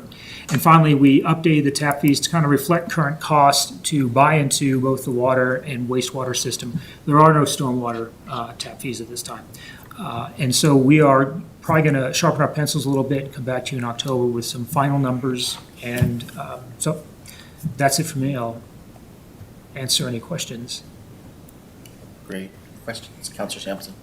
So a 3/4 meter water tap fee sounds like it would go to about 1,500 square foot house. So I'm just wondering, it seems like we're building houses bigger than that in Lafayette. What is a 1-inch meter water tap fee? What is going to be the rate increase proposed? I don't have it on me, but I can get that for you. And Yeah. I don't know what kind of So, home size. so that- most of our customers are 3/4. It's, we've moved toward using an industry standard practice of sizing based on plumbing fixture counts. Okay, And so there's actually a curve to that because it's based on the peak demand. So if you have 6 bathrooms, the odds of using all the bathrooms at the same time decrease. So some of the bigger houses, some of our outside city customers with really large houses or really large irrigation sometimes get up into the 1-inch, but most are actually the 3/4 because That are building it. it's based on the peak instantaneous demand, so it does sort of taper. Okay, okay, thank you. Counselor Fridley? I have a few questions. I have a question about the increase in cost for the water treatment design, or facility, not design, the facility. Is that, so we went from, tens of millions to 150 million. Did that come also with like a change in size that we realized we needed? So we, for many, many years, used the same engineer. And we have since started going out and hiring consultants, project specific. Yeah. We've run into a lot of cases where the estimates have been quite low. So I think some of those things are just a reflection of kind of practices at the time. Regulations have changed, technology has changed. I mean, it's kind of hard to comprehend it going from 5 million to 150 million. Yeah. So one of the biggies is like originally the plan was to put a small plant on the Black Diamond site behind Walmart. The consultant we brought in last year looked at that, and it doesn't fit there with kind of modern treatment technology and the space we need. We haven't landed on technology because we're still trying to figure out the best site, but in all likelihood, we will have pretty similar treatment technology to the existing plant. We don't really have water quality issues that warrant something super high end. There are some different things because of regulatory standards that we'll need to consider. But it's interesting in talking to peer communities, and Todd may be able to chime in as well, but we have a lot of folks. We actually saw an article in the newspaper of one of our neighbors saying they were going to build a $25 million plant. And so I called and said, hey, what's the capacity of that? And it was like, no, that was our estimate, but we're looking at more like 200 million. So it's not unique. And I don't know if you're seeing that throughout, or if you have any thoughts on kind of what the drivers might be? Increasing cost, absolutely. Water supply projects are probably the biggest talk of the town around here. What we have seen as a result of those increasing costs is utilities around the area have been increasing rates double digits, whereas maybe 10 years ago, a 7% was, questionable. But some of the utilities I present to, it's more of we have no choice. We have to do this. And probably the past handful have been double-digit increases. I mean, not like 99%, but, plus 10. And so it's, everyone is feeling the pinch, even not just on large projects, but also just the small repair and replacement things too. Yeah. Let's talk more about water supply. So NISP is, a challenging one, I think.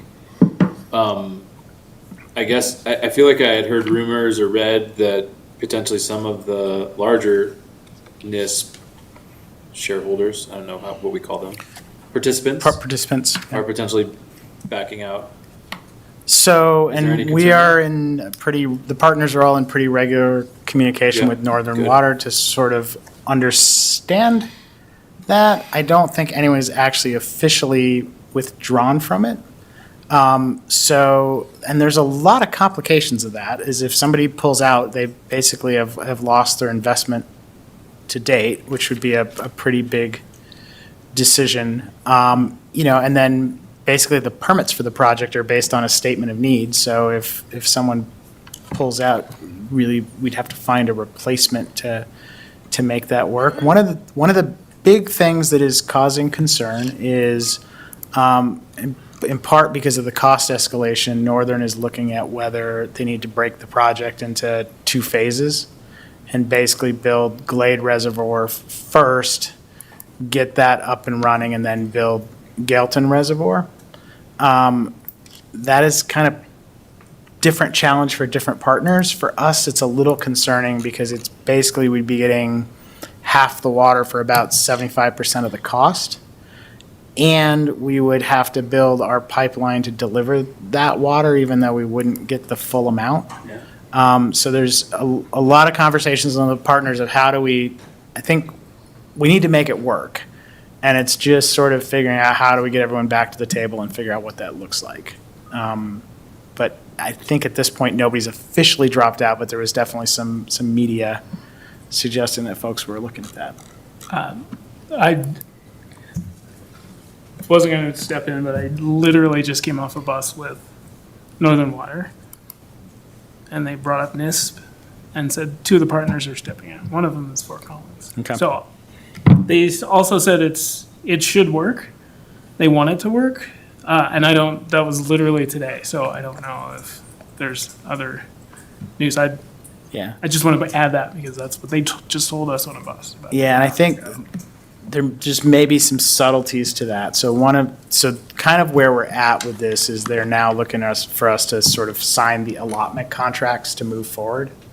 And I think Fort Collins and, I'm trying to remember the other one, but Might be they Loveland. both had a lot of concerns about, hey, we don't want to sign is it Severance? They're like concerned with signing a contract for something that's not delivering what everyone understood it was going to deliver.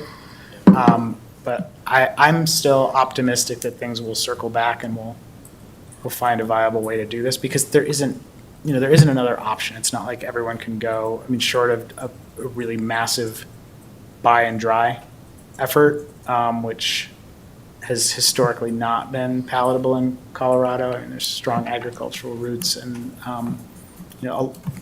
90% of the water in the state goes to ag, but I don't think it would be palatable for the Front Range to dry up the ag in the state. So That was the other thing they said.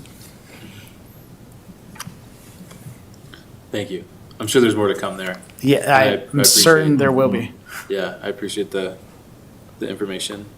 I'm curious, in terms of the numbers that you showed us for water, in terms of the tiers and the percentage increases, I'm curious what the percentage increases for each tier are for volume use for water, in terms of so far what we're thinking. I think the intent was to apply adjustments uniformly across the rates for each tier. What we had some initial discussion about is are the tiers set appropriately? So when we originally adjusted the tiers, I think back in 2020, we had historically had rate tiers, but the thresholds didn't really seem to tie to anything. And so what we attempted to do was try to set that tier 1 rate to be kind of a lifeline rate to protect vulnerable users and really try to make sure we're ensuring access to essential indoor water. And then we kind of went up from there with tier 2, kind of reflecting some outdoor use. And then as we got into the upper tiers, people that have an interest in using a lot of water, we can make that available, but it is a premium in terms of our infrastructure needs, and so that comes at a higher rate. So I think the question is the 3,000 the right number? Because if we're seeing, efficient users staying below that, there's potentially an opportunity to move those things around so that we protect that lowest rate and recover revenue from the other tiers that, again, have a higher. Outdoor use has a huge demand on infrastructure because we have to have the infrastructure and pay for it 12 months a year, but it's only getting fully utilized 3 days in the summer. So, I think it's equitable to charge a premium for that super high-end outdoor use, but it's just sort of figuring out, is there juice for the squeeze left in that? Because we did dig into it, I think, pretty significantly in 2020, 2021. And you said earlier in the presentation that we are not seeing a ton of behavior change. No, based yeah, on- we did not. Like, we looked at the numbers, and I had kind of thought with the level of increases we did and tighten those things up, we would have seen more of a migration from the upper tiers.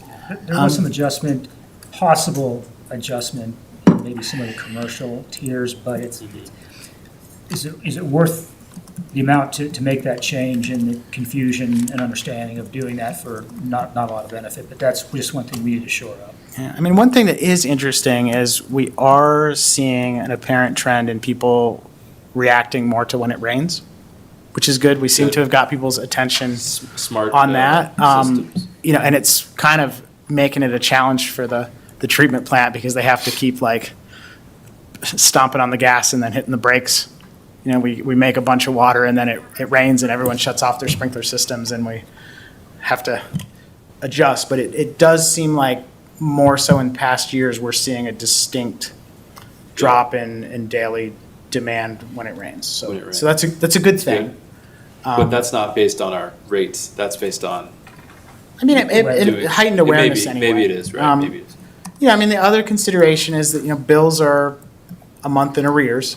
And so, you know, people don't necessarily know how much they used until the end of the month. We're Yeah.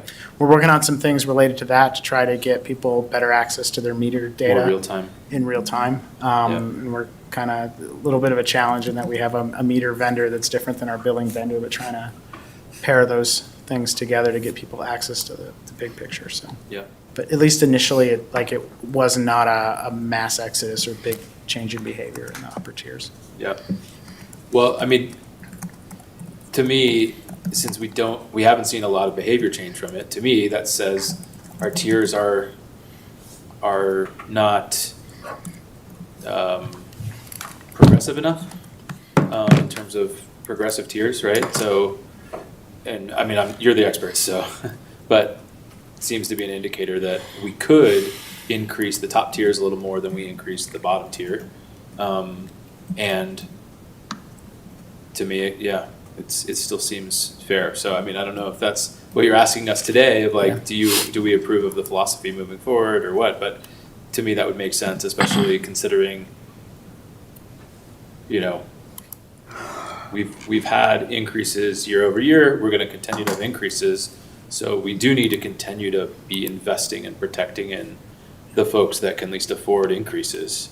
And so I think at every chance we have, like, we need to ask the question of, should we be increasing uniform across the whole system, you know, based on a system that we think works, or do we need to nudge the system a little bit more?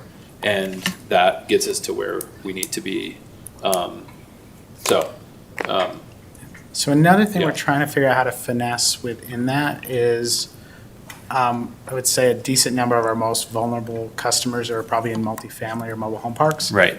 And so they're not getting an individual bill. Right. And they're not directly getting impacted by the rate tier structure. Right. So it's a little more finesse to try to figure out how to protect that usage, because we can't just go, well, geez, it's one mobile home, it should be able to do 3,000, so let's make sure that's protected, because in some ways, they have the advantage of they kind of get pooled minutes. So there's a better chance of staying within the lower tiers because they're getting the allocation times the number of units. But it's something we want to be careful about, that we don't sort of have unintended consequences if we go, oh, well, let's change the tiers for a 2-inch meter, and then we find out that has an unintended consequence on certain multifamily. Yeah. The other thing, I've been talking for a while, so I'll let the mic go. But the last thing I'll say, I think I say this every time we talk about water, that as the costs increase, the internal, right, like investment in reduction and efficiency, just the return on investment of that just keeps going up, right? And so, and I know you've done a lot of work with efficiency and reduction with the sustainability team and others, right? And I think we've done a good job there, but to me, it just like continues to show that, like, I don't know if we need to think more about that or like have a longer term strategy around reductions, but you know, I think of like energy performance contracting for energy, right? Like you make an investment here and then basically within the project it pays for itself. I don't know if people do that with water, but as the cost increases, it seems like you could make the math work where we somehow invest in like a larger project to like that because of the size of the utility, we can, use our economies of scale and get a really good price for helping the community overall, the system, become more efficient. It's an upfront investment, but over 5, 10, 15, 20 years, it easily pays for itself because we reduce the burden on the system. So I don't know, again, you guys are the experts, but I'm curious if anyone's done anything like that, or if that's something we've thought about, or I'm sure there's things I'm not thinking about that don't make it make sense. To some degree, we've tried to get more aggressive in that space. So the rate increases definitely have gotten people's attention. Yeah. They haven't necessarily tipped the ROI for everybody, but like, for example, we've had a number of HOAs get serious about looking at their water use. We've been able to connect them with some local funding as well as some grants through Northern Water. Yeah. It sort of remains to be seen if what that does in terms of reducing their usage and their bill. Yeah. But it's been a good conversation starter, but kind of to your point, it hasn't necessarily hit that tipping point where people can see that, oh, if I go and spend this much money, my savings over the life of that infrastructure will. I mean, because it's distributed cost, right? Like it's somebody, a few $100s a month for somebody, right? And so it doesn't make sense for them to spend the time to think about it too hard, quite frankly, right? But for us, because we're looking at the whole system, we can, right? And so for them, the payback is going to be, they're not going to see the payback because it's going to be reduced future rate increases, right? Yeah, no, that's the tricky part, right? Because if we do that, if we get people to reduce usage and we can reduce some of these major capital improvements, they're not going to they won't know that they're getting the savings, Right. but we won't have those future increases to pay for that capacity because we won't have needed it. Right. So it doesn't make any sense for them to do it, really. It's not rational for them to make, in a lot of ways. Because they don't even know, it's an unknown in the future of, is it going to be 8% or 12%? They don't know, and they're not thinking in that way, right? Especially for a, $300, $400, $500 a month expense. They're not going to be thinking that way. So how do we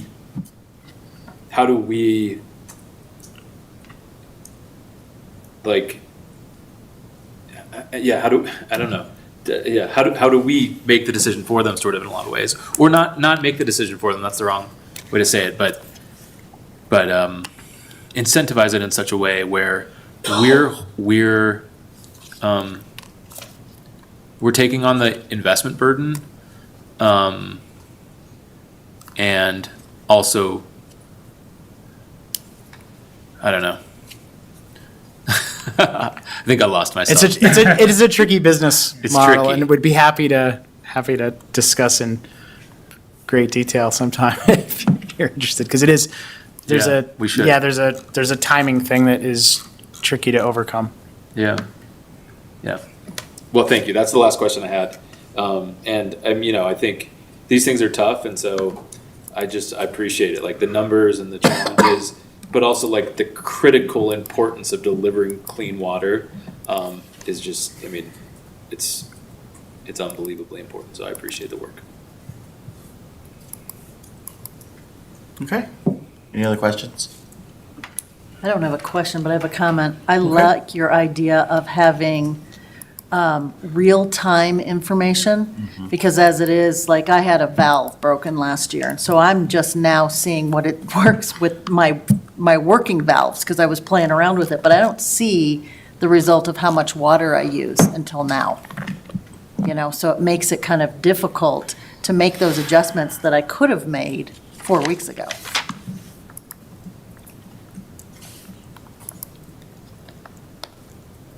Okay.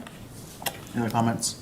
Thank you. I just have to, literally, I just got off a 10-hour exploration into all things all water from Northern Water, and that was one of the last things that we were left with is ag is so important in this state, and even I guess he was the CEO was saying it's super important. This is a very valuable question to say, do we push more water to municipal populations and take it from agriculture? And the conservation of water is what we can do. And the transfer of water, they're doing a great deal of work in order to streamline and make more efficient the process of getting the water. And I think I saw the water that's coming here at Windy Gap. It'll be here in a couple of years. It looks really good. So I think this is something that we should keep in mind, is that the more we look at our usage on this end, the more it will benefit the whole watershed where we are, in that we don't have to continue using more and have that question of like, how much are we reducing agriculture in order to feed our population versus wasting it or not using it efficiently. So, thanks. All right. Next steps. One more slide for you tonight. So again, this is first step of many. September 19th, that's a Friday, so even though the code says September 20th, we'll get you a day early. But deliver kind of the budget book to council that has all these details in there. We'll continue moving forward with what we have proposed tonight. September 30th, we'll be planning our annual CIP tour, TBD on the details for that, but I'll be getting more information there. And then our first and second readings of the budget are slightly different than they have been in the past. That's because the first meeting or week is a observed holiday. So just note that, that we are meeting for first reading October 14th, and then we will be doing what is typically your workshop, but a regular business meeting on October 28th to accommodate for those holidays. So again, at that first reading, you have your budget appropriation. We will also be doing the introduction for the Downtown Development Authority. Unlike Lura, council does actually have to make formal action. In the past, it was just kind of a, here's our recommendation, and then you would come back if there was anything over a certain threshold. So you'll be hearing from our executive director of the Downtown Development Authority on October 28th. We will have the second reading for it, but a lot of the fees, the pay plan, and our adoption of the general improvement district. So as always, please don't hesitate to reach out. We don't want silence between August and October if you have any concerns or thoughts or process of what's being proposed. So thank you, Mayor Pro Tem, for leading it tonight. We are happy to answer any other questions, but we hope we were able to get them out in the different chunks. Great. Thank you. Moving on to our last item of the evening is new ideas. Does anybody have any new ideas to bring to the group? I have one. Okay, I'll share my idea. I was just wondering if council was interested. I know that it is an election year and we have traditionally had 2, sometimes 3 candidate forums in the past. Generally, we do have the youth advisory and then we have the League of Women Voters. I know in the past they've also done a forum over at Josephine Commons as well. I think the 2017, 2019 elections as well. So there's just a question. As you know, I'm the liaison to the Chamber of Commerce, and the Chamber is thinking about hosting a candidate forum, and just was wondering if there's an appetite for council to see if we could utilize city staff to televise that potentially, and utilize the library or council chamber, somebody that's set up for recording or televising whatever production of the forum. So just wanted to get anybody's ideas, thoughts on that. So we have 2. Are those 2 going this year? Right? So this would be a third one? Mm-hmm. I don't understand why. I mean, I think 2 is more than what you normally do. So 3 seems like a lot. Why can't they collaborate on one of the others, with like the League of Women Voter one? It's just in the past we've done, Josephine Commons has done one. So that's why this question just came up, because members of the chamber just wanted to remember that happening. And so I'm just asking the question. If there's not an appetite, we go forward with the 2 that we have. Certainly, they can certainly do it independently, just as Josephine Commons did, I believe. I don't know if it was done, coordinated through the city. I don't remember if it was televised or not. I know because I remember in those two elections, and JD and I talked about it, and we remember doing the forums, but we don't remember if they were televised or not. So it just happened to be at that time for the seniors. I am open to it and happy to attend.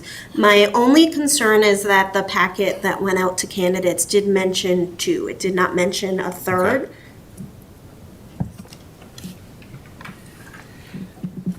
Okay.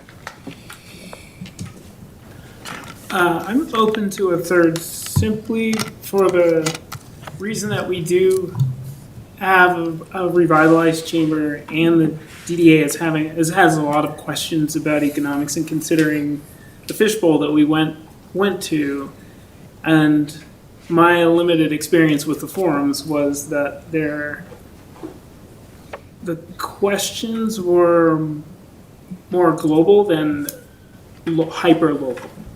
And I'm just curious if the chamber is focused on economic questions. It would give a different look to that forum if it's basically the same structure as the youth advisory board. And I think it has to deal with small business issues.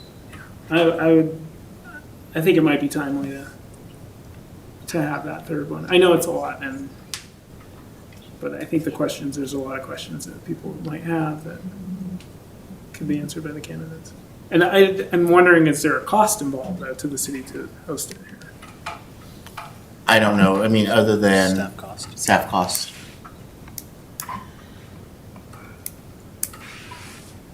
So, anybody else thoughts? I would say we should be fair, and I think equitable to the different groups. So if one group, an external group wants to use the space to do that, I would think we would want to try to be consistent in our support of different external groups that want to do that. So that's a yes, I'm supportive of this. Okay. Yeah, I love the idea. Just one quick thing, because I know the city has expanded our economic development and the amount of chambers we actually work with.